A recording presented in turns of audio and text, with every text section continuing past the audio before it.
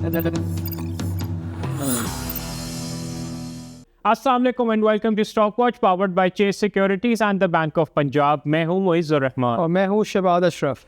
US Iran deal की एक दफ़ा फिर उम्मीद पैदा होगी और साथ ही साथ बजट FY27 का फ्रेमवर्क भी आ रहा है। इसका मजमूई तौर पर मार्केट पे क्या इम्पैक्ट रहेगा इसको हम डिटेल में डिस्कस करेंगे, सो स्टे ट्यून। अब बात करते हैं मार्केट परफॉर्मेंस की। इस वीक जब मार्केट का वीक स्टार्ट हुआ तो हमने देखा मंडे को मार्केट काफ़ी बेरिश रही। जब अबू धाबी पर ड्रोन अटैक्स हुए तो ऐसे लगा कि जो यूएस ईरान का क्राइसिस है वो एक दफ़ा फिर बढ़ने जा रहा है, लेकिन उसी रात डोनाल्ड ट्रंप की ट्वीट आई कि वो अपने ईरान पर अटैक्स को डिफर करें after the middle eastern countries requested him. इन सब डेवलपमेंट्स के बाद हमने देखा कि ऑयल प्राइसेस में एक शार्प डिक्लाइन आया और इसी के साथ स्ट्रेट ऑफ होर्मुज़ से एक गुड नंबर ऑफ शिप्स को फ्री पैसेज मिला। हमने देखा कि थर्सडे को मार्केट में बड़ी अच्छी एक्टिविटी आई जब मार्केट इंडेक्स एक दिन में 3000 पॉइंट से ज़्यादा पड़ा और market index touch 168,000 points. Friday को एज एक्सपेक्टेड थोड़ी प्रॉफिट टेकिंग हुई, लेकिन ओवरऑल मार्केट का ये हफ्ता अच्छा रहा। So let's see who took the week in bulls और bears, powered by the bank of Punjab.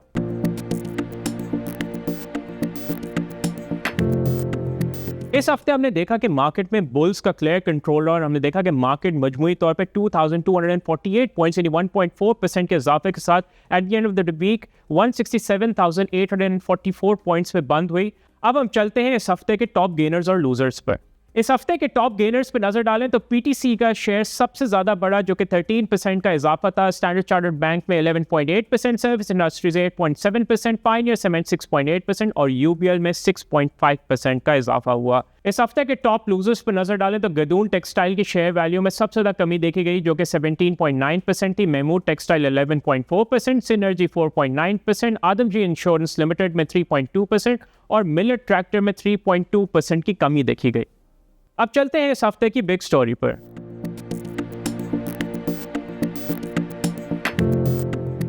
इस हफ्ते की big story was clearly dominated by the diplomatic front पे जो खबरें आई। पहले हमने देखा कि किस तरह अबू धाबी पे अटैक हुआ, but then again Donald Trump की फौरन से ट्वीट आ गई कि वो अपना ईरान पर अटैक डिफर करें on the request of middle eastern partners. तो यूएस ईरान डील की एक दफ़ा फिर से उम्मीद जाग गई। हमने देखा कि वज़ीर दाखिला मोहसिन नकवी वो भी ईरान गए हैं और जुमे को ये खबर आई कि field marshal Syed Asim Munir has also departed for Iran, ताकि खबर ये आ रही है कि एक फ़ाइनल फ्रेमवर्क पे काम किया जा सके। तो ये बहुत एक बुलिश खबर रही है बिग स्टोरी की वजह से। अगर हम लोकल फ्रंट पे बात करें तो बजट का फ्रेमवर्क भी सामने आ रहा है, रेवेन्यू टारगेट्स भी सामने आ रहे हैं। बजट का तकरीबन जो आउटले आया है वो तकरीबन 17 ट्रिलियन का आया है। जो एफबीआई का टैक्स टारगेट आया है 15.7 ट्रिलियन का है। इक्विटी मार्केट्स के फ्रंट पे नजर डालें तो इस हफ्ते की सबसे बड़ी खबर वाज ऑब्वियसली सर्विस लॉन्ग मार्च का आईपीओ। वॉल्यूम के एतबार से 11 टाइम्स की ओवर सब्सक्रिप्शन हुई। बहुत ही शानदार रिस्पॉन्स था। कंपनी ने तकरीबन 7.7 बिलियन रुपीज़ रेज किया at a strike price of 19.95 rupees. ये पाकिस्तान की हिस्ट्री का सबसे बड़ा आईपीओ था। इस हफ्ते कुछ डेटा भी आया तो उस पर नजर डालते हैं। इस हफ्ते करंट अकाउंट का डेटा आया और अगर हम अप्रैल 26 के नंबर्स पर नजर डालते हैं तो करंट अकाउंट डेफिसिट आया ऑफ $324 मिलियन। मजमूई तौर पे 10 मंथ्स FY26 के अगर हम नंबर्स पर नजर डालते हैं तो ये $252 मिलियन का करंट अकाउंट डेफिसिट बनता है, जो कि पिछले साल यानी 10 मंथ्स फाइनेंशियल ईयर 25 के सरप्लस था of around about $1.66 billion. Shahbaz, आपने देखा कि जो करंट अकाउंट का नंबर आया अप्रैल 26 का तकरीबन $324 मिलियन का करंट अकाउंट डेफिसिट आया है। ऑब्वियसली एक्सपेक्ट तो हम कर ही रहे थे कि डेफिसिट आएगा, पर हमने देखा जिस दिन ये नंबर आया तो मार्केट्स ने इस पर काफ़ी बेरिशली रिएक्ट किया। आपका क्या व्यू है करंट अकाउंट के नंबर पे? देखिए, हम पहले भी इस बात को बोल ही रहे थे कि जो आपका नंबर डेफिसिट आया $324 मिलियन का compare to a surplus of about $12 million last month और उससे एक महीने पहले तकरीबन $1 मिलियन का सरप्लस था। आई थिंक एक्सपेक्टेड था because of high oil prices.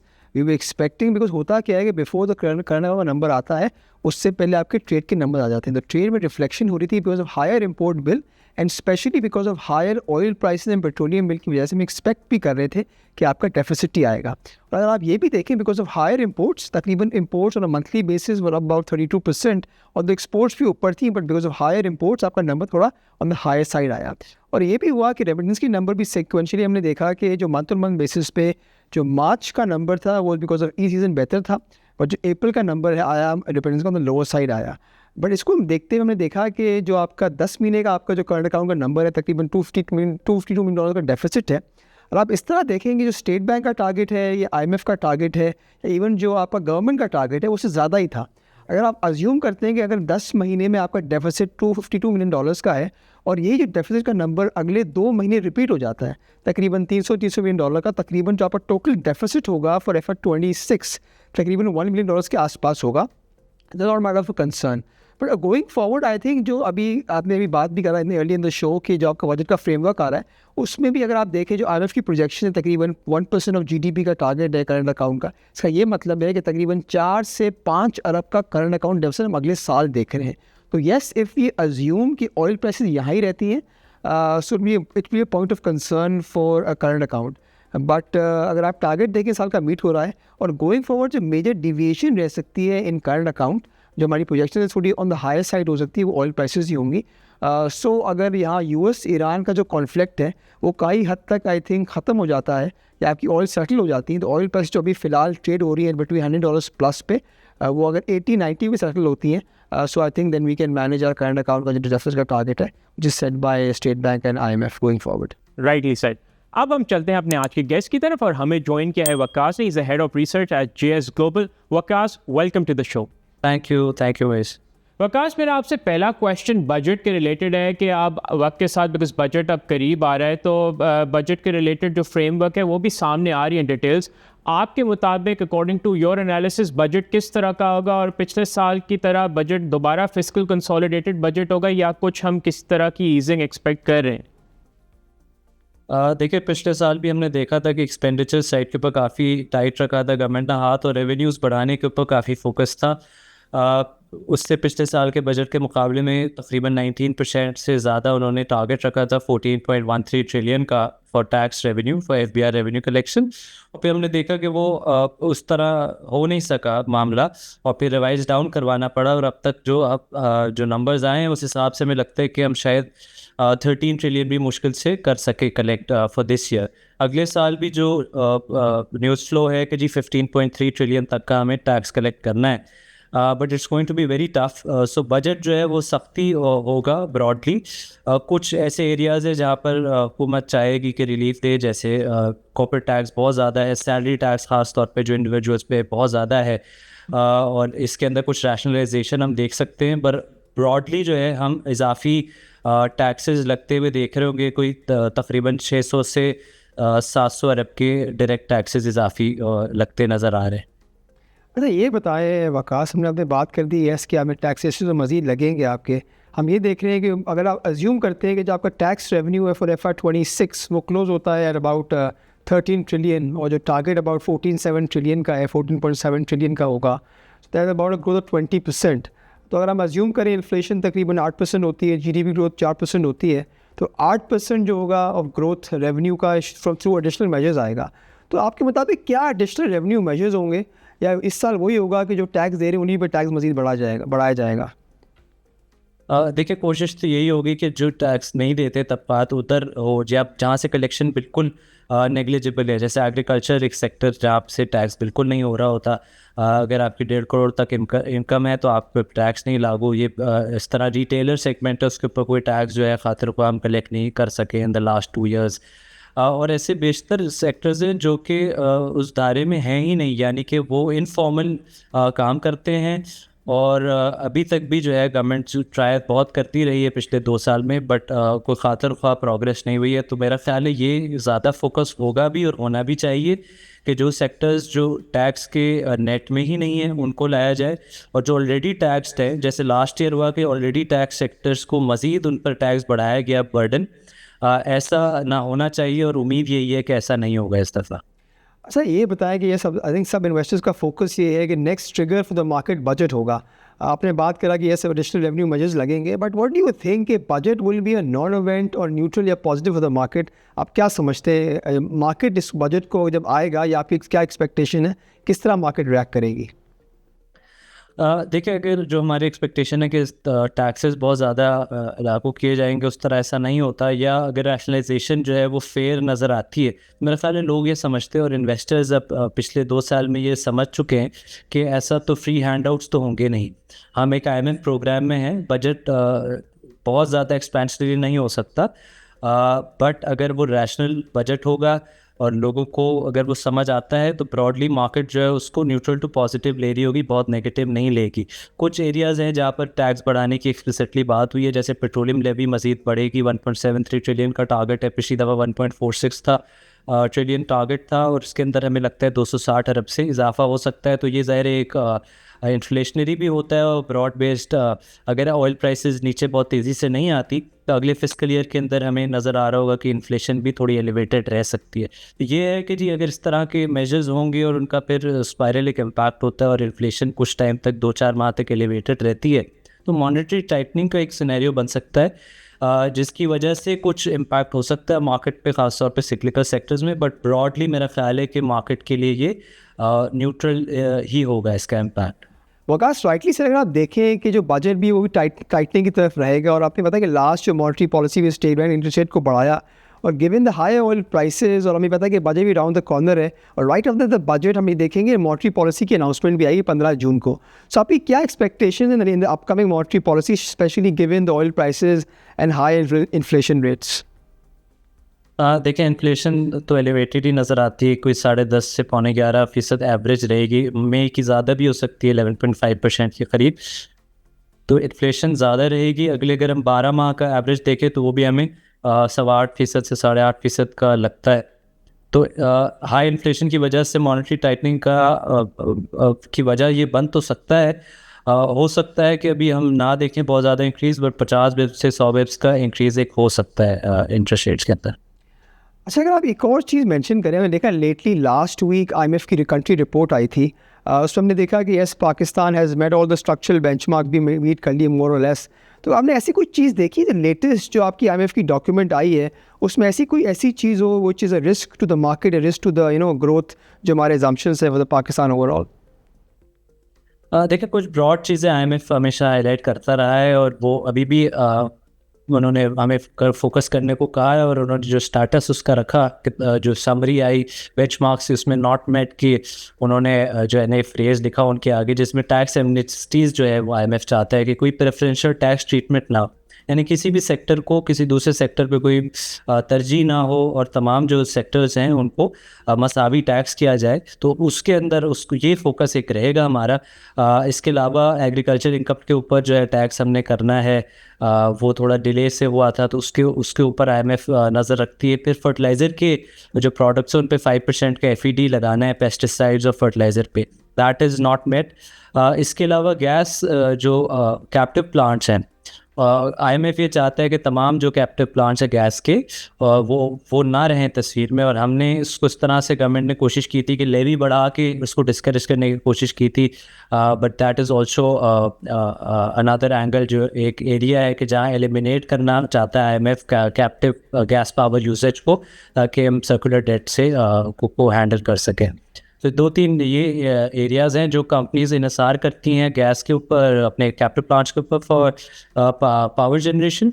उनको मसला हो सकता है जिनके पास ग्रिड कनेक्शन नहीं है, उनकी कॉस्ट बहुत ज़्यादा हैं। अभी भी हम देख रहे हैं एक आध कंपनीज आपके जहन में भी आ रहे होंगे वो नाम, जिनकी गैस कैप्टिव प्लांट्स के ऊपर जो कॉस्ट आ रही है पर यूनिट बिजली की वो 50 रुपये के करीब है।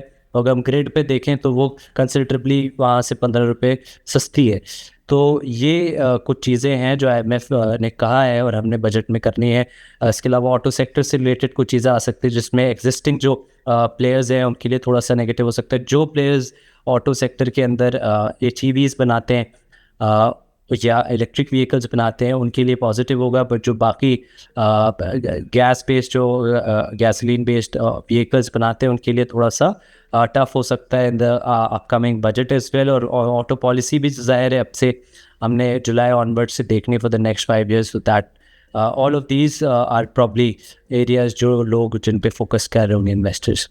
वकास, मेरा आपसे यहाँ पे सवाल था सेकेंडरी मार्केट्स को लेकर। जब अभी लास्ट मॉनेटरी पॉलिसी कमेटी का जब डिसीजन आया 100 BPS हाइक करने का, तो उसका एक कहा जा रहा था, हमें लग रहा था कि इससे जो सेकेंडरी मार्केट की यील्ड्स आएंगी वो कहीं ना कहीं काम डाउन होगी। बट अगर हम लास्ट T-bills का ऑप्शन देखें तो उसमें हमें नज़र आया कि अभी तक जो गवर्नमेंट पेपर है उसकी यील्ड्स जो वो बढ़ती ही जा रही हैं। आगे जाते हुए आप इनको कैसे देखते हैं? देखें ये बिल्कुल ये भी एक इंडिकेशन है कि मार्केट एक्सपेक्ट तो यही कर रही है कि आगे जाके कुछ इंक्रीज़ आएगा इंटरेस्ट रेट्स के अंदर। आगे जाते हुए मैं ये नहीं देखता कि बतदरीज बढ़ता जाएगा। अब ज़ाहिर है एक ये ऑक्शन होना था और इन्फ्लेशन अब इन्फ्लेशन की एक्सपेक्टेशन बढ़ रही है, इन्फ्लेशन बढ़ के आएगी मई की, ये एक तासुर अब बन गया है और ये अब एब्जॉर्ब हो गया है मुसलसल। मैं ये नहीं समझता कि आगे जितने ऑप्शंस आएंगे उनके अंदर हम मज़ीद कोई बहुत सिग्निफिकेंट जंप देखेंगे इन यील्ड्स। बट एक स्टेबिलिटी होगी। बट हाँ बिल्कुल, जो रीसेंट ऑक्शन था उसके अंदर एक ये चीज़ हमने नोटिस की कि एक जंप आया है वाजे। अच्छा वकास, अगर हम थोड़ा फार्मास्यूटिकल सेक्टर की तरफ आ जाए, हमने देखा कि lately in the last 2 years जो फार्मास्यूटिकल सेक्टर है, they have made ट्रेमेंडस profits because of D regulation और नॉन एसेंशियल प्राइसिंग। हम देखें लेटली गवर्नमेंट को जिस तरह देख रही है कि because of higher prices of non essential drugs, कुछ इन गवर्नमेंट की कोशिश है कि इसको रेगुलेट करे या कंट्रोल करे, तो इसके बारे में आपके पास क्या अपडेट है? अगर आपको ये वीडियो पसंद आ रही है तो अभी सब्सक्राइब करें। ग्लोबली भी हम देखें तो जो ड्रग्स हैं वो रेगुलेट होती है, कोई 160 के करीब एफडीए भी ड्रग्स रेगुलेट करता है। पाकिस्तान में 500 ड्रग्स जो हैं हम रेगुलेट कर रहे हैं, ऑलरेडी काफ़ी रेगुलेटेड है ये सेक्टर। पिछले 2 साल में हमने देखा कि जो नॉन एसेंशियल ड्रग्स हैं फॉर दीज फार्मास्यूटिकल कंपनीज, जो कि मिक्स में 50% से ज़ायद हैं, उनके ऊपर कोई कदगन नहीं थी। उनमें प्राइस इंक्रीजेस भी देखे, उसकी वजह से ओवरऑल कंपनीज के प्रॉफिटेबिलिटी मार्जिन बेहतर हुए। आगे जाते हुए अगर नॉन एसेंशियल जो कि अक्सर कंपनीज के, जैसे मैंने जिक्र किया, 50% से ज़ायद इन द मिक्स, अगर उसके ऊपर भी गवर्नमेंट रेगुलेट करती है उनको, तो बहुत सी कंपनीज़ के लिए फाइनेंशियली वायबल नहीं होगा कि वो प्रोडक्ट्स को वो प्रोडक्ट्स को ऑफ़र करे, तो वो उनकी प्रोडक्शन को बंद कर सकते हैं, जो कि फिर कस्टमर के लिए एक प्रॉब्लम होगा। तो मेरा ख्याल है कि it's probably less likely, but अगर इस तरफ जाते हैं तो यकीनन ये कंपनी इसकी प्रॉफिटेबिलिटी को मुतासर करेगा। बट अगेन इसकी प्रोबेबिलिटी इतनी हाई नहीं है। जो एसेंशियल ड्रग्स हैं, जैसे मैंने जिक्र किया, वो ऑलरेडी रेगुलेटेड हैं। Rightly mention. I think Waqas, एक और इंटरेस्टिंग हम देखा फ्राइडे को एक नोटिस आया रिगार्डिंग एजीपी कि जो ओबीएस ग्रुप है अपने आप को रीऑर्गेनाइज कर रहा है और रीस्ट्रक्चर कर रहा है, और कुछ कंपनीज जो इन्होंने लिस्टेड नहीं है उसको भी पार्ट ऑफ एजीपी बना रहा है। तो कुछ डिटेल्स बताएंगे कि इसका क्या इम्पैक्ट होगा और कंपनी क्या करना चाह रही है ओवरऑल? देखिए जी, कंपनी की जो तमाम जो सब्सिडरीज़ हैं, उसको वो अब एक ही अम्ब्रेला के अंदर होंगी। और एजीपी क्या जो ओबीएस फार्मा का जो पोर्टफोलियो था, जिसके अंदर बेयर का जो पोर्टफोलियो था, वो सारी ड्रग्स जो है उसमें काफ़ी सारे अहम ड्रग्स हैं। कैप्रोक्सिन है, ट्रामेल्यूट है, एडवेंटेन है, एंड अदर पॉपुलर ड्रग्स, वो इस पोर्टफोलियो के अंदर अब आ रही होंगे और एक ही सेट ऑफ अकाउंट्स आएंगे। अब से कोई एनसीआई का एडजस्टमेंट नहीं होगा। और अर्निंग्स जो हैं, अगर हम देखें सिर्फ इस सेगमेंट की, तो तकरीबन 2 अरब का प्रॉफिट आफ्टर टैक्स का कंट्रीब्यूशन था फ्रॉम दिस ओबीएस फार्मा की किताब जो है, तो ये भी ऐड हो जाएगा। ज़ाहिर है इसको करने के लिए कंपनी नए शेयर्स इशू करेगी, जो तकरीबन 109 मिलियन शेयर्स इजाफी इशू करेगी, तो कुछ डिल्यूशन का इम्पैक्ट होगा। बट नेट हमारा ख्याल है कि ये पॉजिटिव ही होगा for the earnings of the company. कुछ ज़ाहिर है इसके अंदर और क्वालिटेटिव एंगल्स भी हैं, जहाँ पर सिनर्जीज़ भी रियलाइज कर रही होगी कंपनी एज अ होल। जो बहुत से डुप्लीकेशन हो रही होगी ख़र्चों की, वो नहीं होगी। इसके अलावा मैनेजमेंट के लिए भी जो है आसान होगा to manage the company as one company, और ज़ाहिर है इसमें टैक्स बेनिफिट्स भी है। तो आप ये देखिए, स्पेशली जब ये नोटिस आया मार्केट पे, तो आते कि एजीपी की मार्केट में कोई खास रिएक्शन नहीं देखा। सो आपका क्या ख्याल है कि इन्वेस्टर्स को इस चीज़ को समझ नहीं पाए हैं? क्या इसका अगर आप कुछ क्वांटिफाई करें कि अर्निंग्स इम्पैक्ट कितना होगा, या इसका या इस तरह हम देखें कि ज़्यादा डाइल्यूशन इम्पैक्ट होगा या अर्निंग्स इम्पैक्ट होगा, या इसका इम्पैक्ट नेट पॉजिटिव होगा? देखिए, अर्निंग्स अगर हम अपना आपसे एस्टिमेट शेयर करें, करीबन 6.25 अरब की हमें लगता है कि प्रॉफिट आफ्टर टैक्स हो सकता है मर्ज्ड कंबाइंड एंटिटी का फॉर द ईयर। और उस हिसाब से क्लोज टू 17 to 18 रुपीज़ पर शेयर और न्यू नंबर ऑफ़ शेयर्स जो कि 388 हो जाएंगे, 388 मिलियन शेयर्स, उसके ऊपर अर्निंग्स बनती है। अगर हम उसका मल्टीपल देखें मार्केट में, फार्मा का अगर 15 का भी हम लगाए, तो उस हिसाब से भी जो है स्टॉक 350 के करीब इसकी फेयर वैल्यू बनती है। और हमने इस पे ज़ाहिर है हम इस पर बड़ा एक्टिवली कवर भी करते, शेयर भी करते रहते हैं एजीपी के ऊपर। So we do have a buy call on the stock. जो हम आज आपने जैसे जिक्र किया कि कुछ उसमें प्रॉफिट टेकिंग आई, मेरा ख्याल है ये एक वजह हो सकती है कि लोगों को ये खदशा हुआ कि डाइल्यूशन जो है वो उसकी वजह से कोई फ़ायदा नहीं हो रहा होगा। बट जैसे मैंने जिक्र किया, सिनर्जीज़ हैं, इसके अलावा उस कंपनी के अंदर और एसेट्स भी हैं, जिसके अंदर कुछ 3.5 एकड़ का लैंड है, इसके अलावा दूसरे एसेट्स है। फिर ये जो सारे जो प्रोडक्ट्स हैं, जो बेयर के फार्मास्यूटिकल प्रोडक्ट्स हैं, ये काफ़ी पॉपुलर प्रोडक्ट्स हैं इन दिस रेंज। और ये सारी जो है चीज़ें अवेल कर रही होगी कंपनी आगे जाते हुए। फिर कॉस्ट के को बहुत से बेनिफिट्स होंगे, चाहे एडमिन एक्सपेंसेस के अंदर हम एक रिडक्शन देख सकते हैं। तो ये सारी चीज़ें ऑब्वियसली पॉजिटिव होगी। और अगर हम फेयर वैल्यू के हिसाब से देखें तो अभी इसमें सिग्निफिकेंट अपसाइड मौजूद तो है। बिल्कुल। वकास, मेरा आपसे अब क्वेश्चन जनरल मार्केट ओवरव्यू के बारे में, अगर हम सिर्फ गुज़िश्ता हफ्ते के इवेंट्स देखें, हमने जैसे SLM IPO देखा, और अगर इस हफ्ते की मार्केट की परफॉर्मेंस भी देखें तो बुलिश मार्केट ही, तो ऐसा लगता है कि इन्वेस्टर्स के पास लिक्विडिटी तो मौजूद है, सिर्फ एक ट्रिगर का वेट करें। तो what's your general overview of the market आगे जाते हुए? देखिए, जो ग्लोबल जो जियोपॉलिटिकल सिचुएशन है वो ही एक वजह बन रही है मार्केट के लिए, जहाँ खदशात देख रहे हैं, इन्वेस्टर्स झिझक रहे हैं। बिल्कुल, हमने जिस तरह अकाउंट्स देखे पिछले महीने 25,000 नए अकाउंट्स खुले।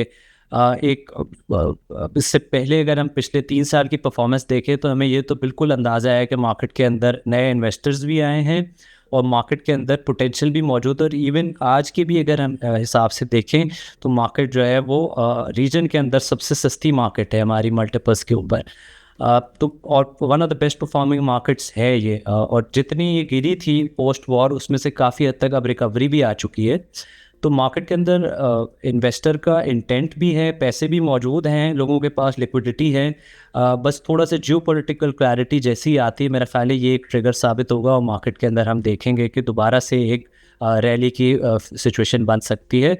कुछ चीज़ें हैं जो इसको डाइल्यूट करेंगी कुछ हद तक, उसमें मॉनेटरी पॉलिसी एक है, बट वो काफ़ी हद तक लोग अब समझ रहे हैं कि ये हो सकता है कि 50 बिप्स से 100 बिप्स मज़ीद और बढ़ जाए, जहाँ पर कुछ सिक्लिकल सेक्टर्स को तो हेडविंड्स होगी। पर उसमें भी अगर हम देखें तो बहुत सी कंपनीज हमें ऑलरेडी, हमारा ख्याल है कि उसमें सिग्निफिकेंट कैपिटल अपसाइड मौजूद है, इवन आफ्टर इनकॉर्पोरेटिंग 1% हाइक। हमारे एस्टिमेट्स ये बताते हैं कि कैपिटल अपसाइड ऑफ 30+% बहुत सी सीमेंट कंपनीज में और सिक्लिकल सेक्टर में इन जनरल बहुत से स्क्रिप्ट्स में मौजूद है।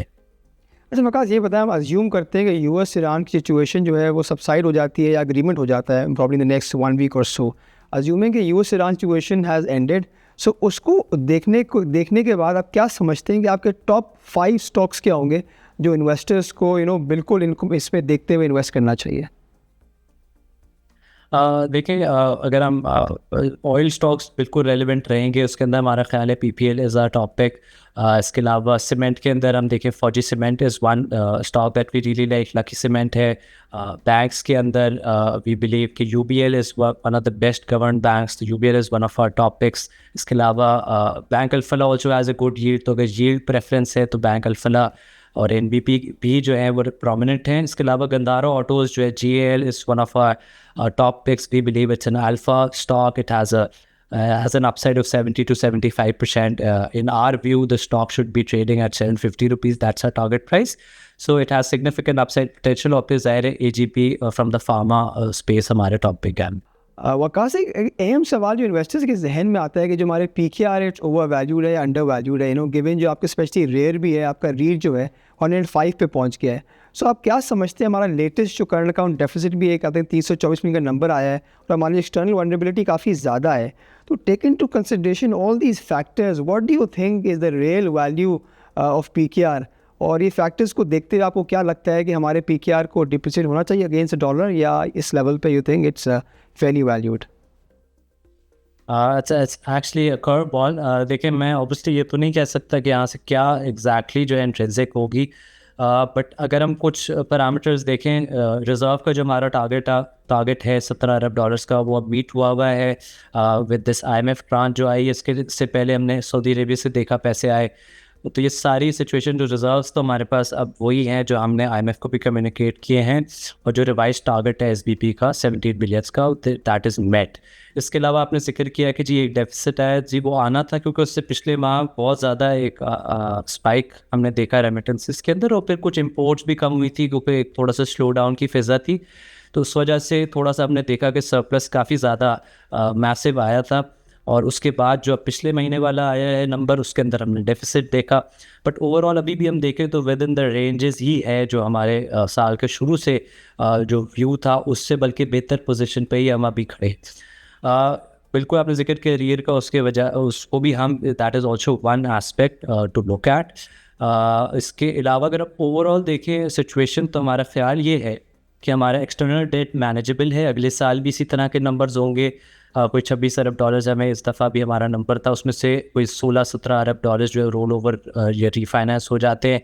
कुछ हमें पैसे जो देने होते हैं वो हमने दे दिए, इस दफ़ा भी मैनेज कर लिया, अगले साल भी हमें लगता है मैनेज हो जाएंगे। कुछ और एवेन्यूज़ भी हमने अभी टैप किए। पांडा बॉन्ड का जब हमने अभी उसको लॉन्च किया, उस पर काफ़ी अच्छा इंटरेस्ट नज़र आया। आगे भी कुछ जो है गवर्नमेंट बॉन्ड मार्केट से कुछ पैसे रेस करना चाहती है, तो वो भी इस तस्वीर में आगे जाते हुए आ रहे होंगे। और IMF पे भी अगर हम इन जो रिफॉर्म मैंडेट है उस पर कारबंद रहते हैं तो IMF ट्रांचेस भी स्मूथली आती रहा करेंगी। मेरा ख्याल है मैनेजेबल तो है, कुछ डिप्रिसिएशन हो सकती है 2-2.5% से 2 से 3% की, बट कोई मैसिव डिप्रिसिएशन फॉर नाउ नज़र नहीं आती in the next 10 months. Thank you Akash. अब हम चलते हैं अगले हफ्ते के कुछ इंपॉर्टेंट इवेंट्स की तरफ। मंडे को शकरगंज लिमिटेड के 6 मंथ्स FY26 के रिजल्ट्स आएंगे, तांदलिया वाला शुगर मिल के 6 मंथ्स FY26 के रिजल्ट्स आएंगे और बाटा पाकिस्तान लिमिटेड के फर्स्ट क्वार्टर कैलेंडर ईयर 26 के रिजल्ट्स आएंगे। ट्यूसडे, वेडनेसडे और थर्सडे को ईद हॉलीडेज हैं और फ्राइडे को SBI का डेटा आएगा। अब चलते हैं चेस सिक्योरिटीज कैंडल टॉक की तरफ।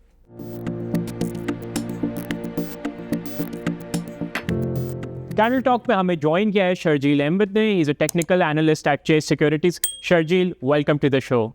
Thank you Moiz for inviting me. Sharjeel, मेरा आपसे पहला सवाल यही है कि इस हफ्ते के अगर मार्केट के इवेंट्स को देखें तो market on the premise of जो जियोपॉलिटिकल अपडेट्स आई, ऐसा लगा कि मार्केट बुलिश रही है। मार्केट ने तकरीबन 1,68,000 को भी हिट किया। तो आपके टेक्निकल चार्ट्स मार्केट के फर्दर आउटलुक को क्या बता रहे हैं? बिल्कुल, आई थिंक हमने लास्ट 2-3 हफ्तों में मार्केट में एक कंसोलिडेशन देखी है, जहां पे अगर हम एक ब्रॉडर रेंज मार्केट की डिस्कस करें, चार्ट्स पे देखें, तो हम ये देख रहे हैं कि market in worst case scenario 160-162,000 के लेवल्स की करीब अपना बॉटम डिफाइन करती है, एंड टुवर्ड्स द अपसाइड जो मार्केट की इस रेंज का टॉप है दैट्स अराउंड 173,000 के ऊपर हम क्लोजिंग नहीं देख पाते। अब इन दोनों लेवल्स की सिग्निफिकेंस बहुत ज़्यादा है। 173,000 की अगर हम बात करें तो हम मल्टीपल टाइम्स डिस्कस कर चुके हैं कि ये जो ओवरऑल करेक्टिव वेव थी मार्केट की, जहाँ पे मार्केट ने डिक्लाइन करा था फ्रॉम 191,000 टिल 144,000 के लेवल्स, उसका 61.8% रिट्रेसमेंट लेवल है। तो यहाँ से हम ये एक वजह है ऑब्वियसली, क्योंकि इट्स अ गोल्डन रेशो, तो हम यहाँ से मल्टीपल टाइम्स यहाँ पे हम एक रेजिस्टेंस जो है वो इंडेक्स में आती हुई देख रहे हैं। अब इसी रेंज में इंटरनली हम ये देखते हैं कि 166,000 के लेवल्स के करीब मार्केट में एक पिवटल लेवल होता है। जब भी मार्केट इसको ब्रेक करती है टुवर्ड्स द अपसाइड, तो फिर हम मार्केट में एक्सटेंशन देखते हैं स्ट्रेटजी की टुवर्ड्स 173,000, और अगर मार्केट ऊपर से रेजिस्ट करके नीचे आती है और यहाँ पर सस्टेन नहीं कर पाती है तो मार्केट में फर्दर डिक्लाइन देखते हैं। तो हमने ये देखा है इस वीक के मार्केट ने after making a low of around 161,000 recover करा, एंड ड्यूरिंग द वीक इसने थर्सडे के सेशन में एक अच्छी अपसाइड दिखाई, जहाँ पे 3700 पॉइंट्स की अपसाइड के साथ ऑलमोस्ट इसने अपनी इस 166,000 की रेजिस्टेंस को ब्रेक करके क्लोज करा। आज के सेशन में हमने कंसोलिडेशन देखी, इसने सस्टेन करा above this resistance at 166,000 almost.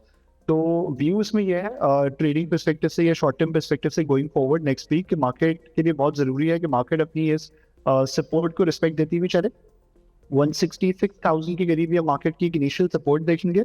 Towards the upside हमारा ये व्यू है कि अगर मार्केट यहाँ पे सस्टेन करती है तो फिर अपनी इसी रेंज के टॉप को मार्केट अप्रोच कर सकती है, that's going to be around 173,000। और मार्केट में इस रेंज को जब हम मार्केट में ये देखेंगे कि 173,000 के लेवल्स ब्रेक होंगे विद गुड वॉल्यूम्स, तो फिर हम इस रेंज को ब्रेक होता हुआ देखेंगे और इस रैली की फर्दर एक्सटेंशन देख सकते हैं, जिस सूरत में जो हमारे थोड़े एग्रेसिव टारगेट्स होंगे they will be around 185,000 towards the downside. However एक नेगेटिव पॉइंट मार्केट पे ये है कि मार्केट ने थर्सडे को जो एक अपसाइड दिखाई थी उसमें गैप अप ओपनिंग हुई थी, तो शॉर्ट टर्म में हम ये जरूर देख सकते हैं कि मार्केट अपने इस गैप को लो वॉल्यूम्स के साथ फिल करे, लेकिन ये बहुत जरूरी रहेगा कि मार्केट 166,000 के लेवल्स को कन्वेंसिंगली ब्रेक ना करे। राइटली सेड सचिन, अगर हम DGKC को देखें इस हफ्ते तो आई थिंक तकरीबन 3% वीक ऑन वीक बढ़ा है और लेटेस्ट में काफ़ी एक इंथुजियाज्म रहा है और एक्टिविटी भी अच्छी रही है और आई थिंक फंडामेंटली भी काफ़ी डिसेंट लगता है। और टेक्निकल बेसिस आपको क्या टेक्निकल चार्ट्स क्या बता रहे हैं DGKC के बारे में?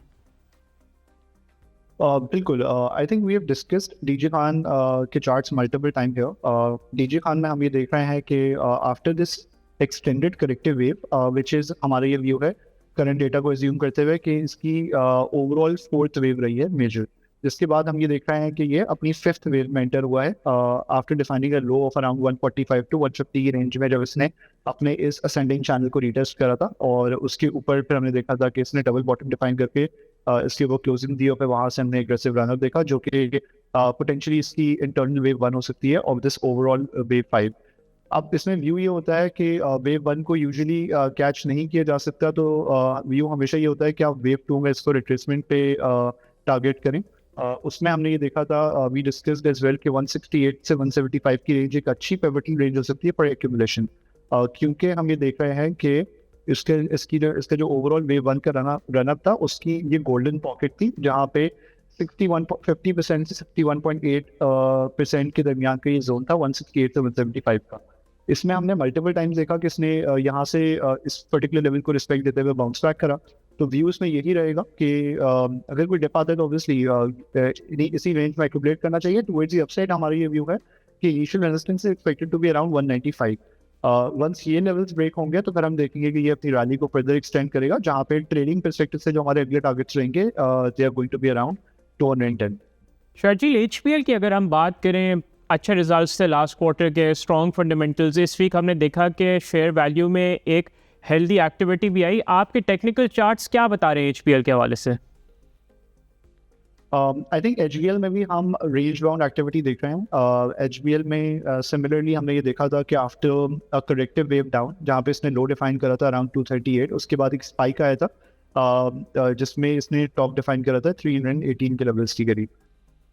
इसमें एक गैप भी था जिसको हमने इवेंचुअली बाद में फिल होता हुआ देखा, और इसमें भी हमने वेव डाउन देखी, वेव करेक्टिव वेव देखी है टुवर्ड्स द डाउन साइड, और इसमें एक राइजिंग वेज इन प्ले रहा है since the start of the rally.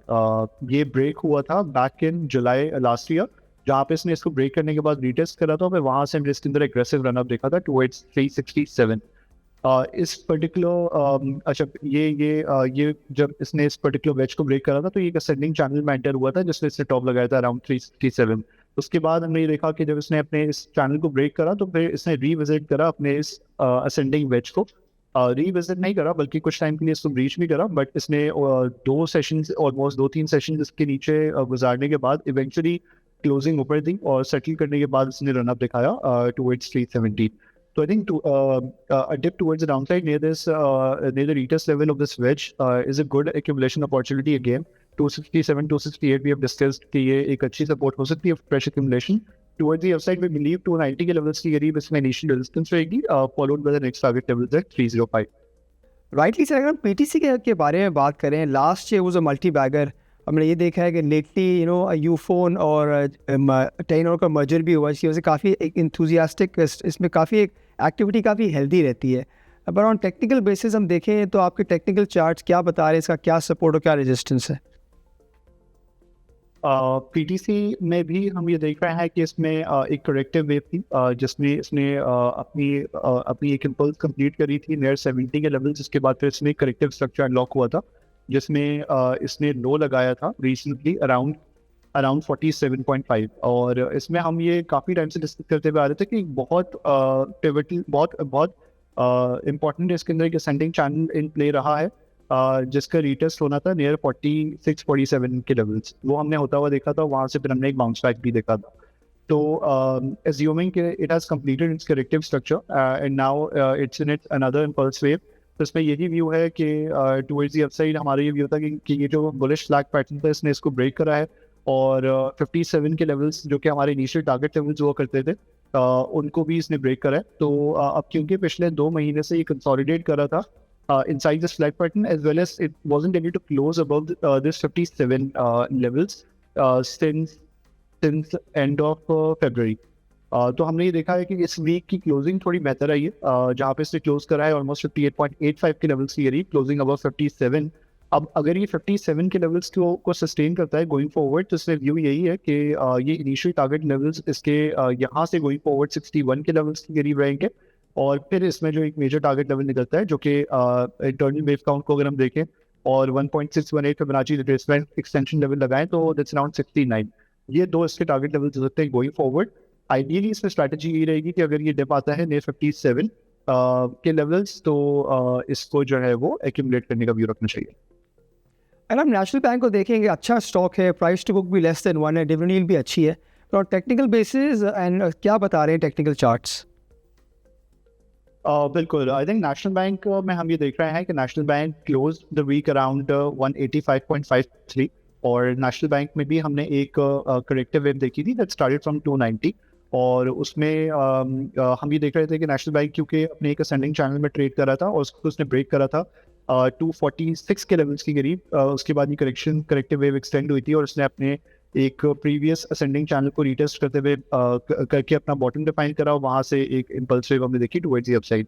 तो इसमें व्यू यही है कि after this internal impulse wave ये इट हैज़ करेक्टेड और अगर आप इसकी ओवरऑल रिट्रेसमेंट देखें इस स्ट्रक्चर में तो ऑलमोस्ट इसने 78.6% रिट्रेस कराया, ऑलमोस्ट 78.6% रिट्रेस कराया and it is being defining its base around 175। तो व्यूज में यही रहेगा कि if there is any dip जहाँ पे ये अपने गैप को फिल करे, ये 175 की सपोर्ट को अप्रोच करे, तो even from range play perspective इसको एक्यूमुलेट किया जा सकता है। Towards the upside we believe 196 के लेवल्स के करीब इसकी एक डिसेंडिंग ट्रेंड लाइन रेजिस्टेंस है जिसको ये टेस्ट करेगा, तो वो इनिशियल टारगेट लेवल्स होंगे और अगर ये इन लेवल्स को ब्रेक करेगा गोइंग फॉरवर्ड तो फिर हम देखेंगे कि it can extend it's rally towards 210 के लेवल्स। Thank you Sharjeel. अब हम चलते हैं अपने segment stocks to watch out for की तरफ।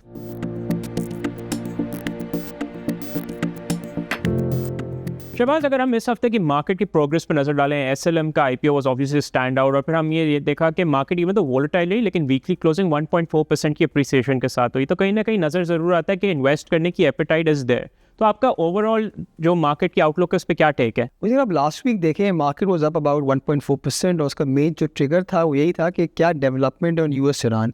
अगर हम नेक्स्ट वीक अगर देखते हैं कोई आपकी डील अनलॉक होती है, लेटर ऑफ इंटेंट साइन होता है बिटवीन यूएस और ईरान, आई थिंक मार्केट उसी तरह रिएक्ट करेगी। हमें ये भी देखना है कि नेक्स्ट वीक मंडे को मार्केट खुलेगी, उसके बाद 3 दिन हॉलीडेज है और फ्राइडे को दोबारा मार्केट खुलेगी, तो शॉर्ट वीक है। So I think everything will depend on के आपके यूएस ईरान पे क्या अपडेट है। अगर कोई पॉजिटिव डेवलपमेंट होती है तो इसी तरह मार्केट रिएक्ट करेगी। अगर वो थोड़ा मीडियम टर्म में देखें तो I think main trigger for the market is budget, और देखा है कुछ फ्रेमवर्क भी बजट के नंबर्स भी आ रहे हैं, कुछ अपडेट्स भी आ रही हैं। सो देखना पड़ेगा क्या सेक्टर आउटलुक है, क्या स्पेसिफिक सेक्टर्स में क्या अपडेट होती है, उसी तरह मार्केट रिएक्ट करेगी। So yes, I think yes the near term trigger is US Iran की क्या अपडेट होती है, पर द मीडियम टर्म ट्रिगर आपका बजट ही है। और हमें पता है कि बजट मिड ऑफ तकरीबन 7 या 8 तारीख को आएगा या मिड ऑफ जून में आएगा, तो उस तरह मार्केट रिएक्ट करेगी ओवरऑल। अच्छा शहबाज, अगर हम पर्टिकुलर स्टॉक्स के बारे में बात करें, हमने देखा कि फ्राइडे को एजीपी की प्रेस रिलीज आई, बड़ी कॉम्प्रिहेंसिव प्रेस रिलीज थी, तो उसके बारे में आपका क्या ख्याल है and what are the particular stocks that we should look for?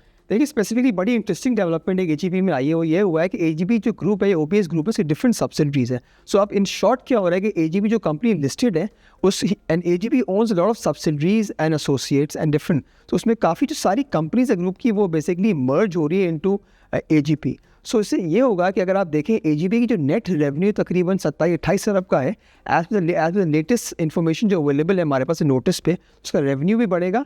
Although yes ये होगा कि because of amalgamation and merger of different subsidiaries dilution तो होगी in terms of number of shares, but net जो बेनिफिट है for AGP काफ़ी positive हो सकता है। आप ये अज्यूम करें कि लास्ट ईयर जो कंपनी की प्रॉफिटेबिलिटी थी तकरीबन 3.7 बिलियन थी। If you only merge the numbers, जो प्रॉफिटेबिलिटी 3.7 बिलियन है वो तकरीबन 5.6 बिलियन हो जाती है। और आप ईपीएस में देखें तो तकरीबन लास्ट ईयर तकरीबन 13 रुपये कमाए थे एजीपी ने।